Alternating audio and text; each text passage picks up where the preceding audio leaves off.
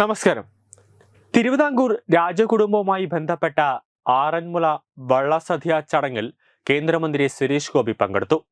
അഷ്ടമി രോഹിണി വെള്ളസദ്യ ചടങ്ങിലാണ് പങ്കെടുത്തത്. ആറന്മുള പാർത്ഥസാരഥി ക്ഷേത്രത്തിലെ അഷ്ടമി രോഹിണി ദിനത്തിൽ നടന്ന സദ്യ എന്നതിലും ഈ ദിനം കൃഷ്ണന്റെ ജന്മദിനം ആയതിനാൽ ഈ വള്ളസദ്യയിൽ 64 വിഭവങ്ങളാണ് ഉണ്ടായിരുന്നത്. ചെറുകോൾ പള്ളിയോടത്തായിരുന്നു സദ്യ ഒരുക്കിയത്. ഈ വർഷം ആരംഭിക്കുന്ന ഉത്രാടം ജലമേളയുടെ ലോഗോയും അദ്ദേഹം പ്രകാശനം ചെയ്തു. ആറന്മുള വടക്കേക്കടവിലെത്തിയ സുരേഷ് ഗോപിയെ വഞ്ചിപ്പാട്ട് പാടിയാണ് സ്വീകരിച്ചത്. ക്ഷേത്ര ദർശനത്തിനു ശേഷം വെള്ളസദ്യയുടെ ഊട്ടുപുരയിൽ ഭഗവാനു മുന്നിൽ വിഭവങ്ങൾ വിളമ്പി. പാടിച്ചോദിച്ച എല്ലാ വിഭവങ്ങളുമടക്കം വിളമ്പിയ ശേഷമാണ് സദ്യ ഉണ്ടത്. ചെറുകോൾക്കരയിൽ ഈ വർഷം ആരംഭിക്കുന്ന ഉത്രാടം തിരുനാൾ ജലമേളയിൽ 15 പള്ളിയോടങ്ങൾ പങ്കെടുക്കും. രാവിലെ സുരേഷ് ഗോപി ഉത്രാടം തിരുനാൾ മാർത്താണ്ഡവർമ്മയുടെ ശില്പത്തിൽ പുഷ്പാർച്ചന നടത്തിയിരുന്നു. ജലമേളയുടെ ട്രോഫികൾ ആറന്മുള പാർത്ഥസാരഥി ക്ഷേത്ര കൊടിമര ചുവട്ടിൽ സമർപ്പിക്കുകയുണ്ടായി. ഉത്രാടം തിരുനാൾ മാർത്താണ്ഡവർമ്മ നേരിട്ടെത്തി ആരംഭിച്ച വഴിപാട് അദ്ദേഹത്തിന്റെ മരണശേഷം ഫൗണ്ടേഷനാണ് നടത്തുന്നത്. ചെറുകോൾ പള്ളിയോടക്കരയിൽ എത്തിയിരുന്ന ഉത്രാടം തിരുനാൾ അന്ന് രാജമുദ്ര പള്ളിയോടത്തിന് സമർപ്പിച്ചിരുന്നു. ഇതിന്റെ സ്മരണം നിലനിർത്താൻ മാലിപ്പുരയ്ക്ക് സമീപം ഫലകവും പീഠവും സ്ഥാപിച്ചു.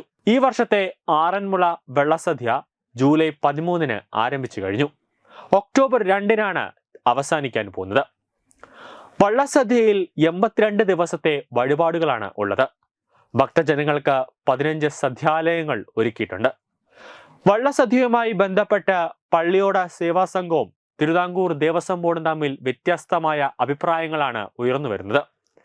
കാരണം എന്താണെന്നാൽ ദേവസ്വം ബോർഡ് 250 രൂപ നിരക്കിൽ ആറന്മുള വള്ളസദ്യ നടത്താൻ തീരുമാനം പള്ളിയോട് സേവാ സംഘം എതിർത്തിട്ടുണ്ട്.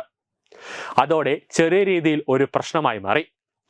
തിരുവിതാംകൂർ ദേവസ്വം ബോർഡ് എല്ലായിടത്തും ഒരു കൗണ്ടർ തുറന്നു വെച്ചിട്ട് 250 രൂപ ടോക്കൺ വെച്ചിട്ട് ഈ ആറന്മുള വള്ളസദ്യ നടത്താൻ തീരുമാനിച്ചതാണ് അവിടെയുള്ള സംഘാടകരെ അടക്കം ചൊടിപ്പിച്ചത്. സാധാരണ ഹോട്ടലുകളിലൊക്കെ ഈ ഭക്ഷണങ്ങൾ, അതായത് സദ്യ വിളമ്പുന്ന പോലെ 250 രൂപ അടയ്ക്കുമ്പോൾ ഒരു സ്ലിപ്പ് എഴുതി തരുമ്പോൾ ഈ ആറന്മുള വള്ളസദ്യയുടെ പ്രാധാന്യം തന്നെ ഇല്ലാതാകുന്നു എന്നാണ് ഉയരുന്ന വിമർശനം.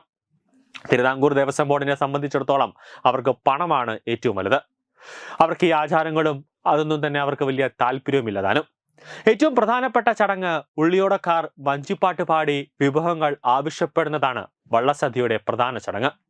ആവശ്യപ്പെടുന്ന എല്ലാ വിഭവങ്ങളും നൽകണം. ഒന്നും നിരസിക്കാൻ പോലും പാടില്ല. കൂടാതെ ഇപ്പോഴും തിരുവിതാംകൂർ ദേവസ്വം ബോർഡും പള്ളിയോട് സംഘവും തമ്മിൽ ഒരു പ്രശ്നം നിലനിൽക്കുന്നുണ്ട്, ഒരു ഉടക്ക് നിലനിൽക്കുന്നുണ്ട്. അതായത് തിരുവിതാംകൂർ ദേവസ്വം ബോർഡ് 250 രൂപ നിരക്കിൽ സദ്യ നൽകാനുള്ള തീരുമാനമെടുത്തതിനെതിരെ പള്ളിയോട് സേവാ സംഘം പ്രതിഷേധവുമായി ഇപ്പോഴും രംഗത്തുണ്ട്. ഹോട്ടൽ സദ്യ പോലെ ക്ഷേത്രത്തിനുള്ളിൽ സദ്യ നടത്താൻ അനുവദിക്കില്ല എന്ന് പള്ളിയോട് സേവാ സംഘം അറിയിപ്പ് നൽകിയിട്ടുണ്ട്. അതായത് ടോക്കൺ എടുക്കുന്ന രീതി, അതാണ് പള്ളിയോട് സംഘത്തെ ചൊടിപ്പിച്ചത്. പള്ളിയോട് സേവാ സംഘം നടത്തുന്ന വള്ളസദ്യയുടെ പവിത്രതയും ആചാര പ്രാധാന്യവും തകർക്കുന്നതാണ് ദേവസ്വം ബോർഡിന്റെ തീരുമാനമെന്നാണ് അവർ ആരോപിക്കുന്നത്. KSRTCയുമായി സഹകരിച്ച് നടത്തുന്ന സദ്യ അടുത്ത വർഷം മുതൽ ഉണ്ടാകില്ല എന്നും പള്ളിയോട് സേവാ സംഘം അറിയിച്ചിട്ടുണ്ട്. അടുത്ത വർഷം ഓണത്തിന് എന്തായാലും ഒരു കല്ലുകടിയായി ആറന്മുള വള്ളസദ്യ മാറാനുള്ള സാധ്യത കൂടുതലാണ്. കാരണം പള്ളിയോട് സേവാ സംഘവും ദേവസ്വം ബോർഡും ഒക്കെ തമ്മിലൊരു ഉരച്ചിലിന്റെ ശക്തി അടുത്ത വർഷം കൂടുതൽ കൂടുമെന്നതും ഒരുപാട് ചർച്ചകളും ഇതിന് വേണ്ടി വരുമെന്ന കാര്യവും നമുക്ക് തള്ളിക്കളയാനാകില്ല.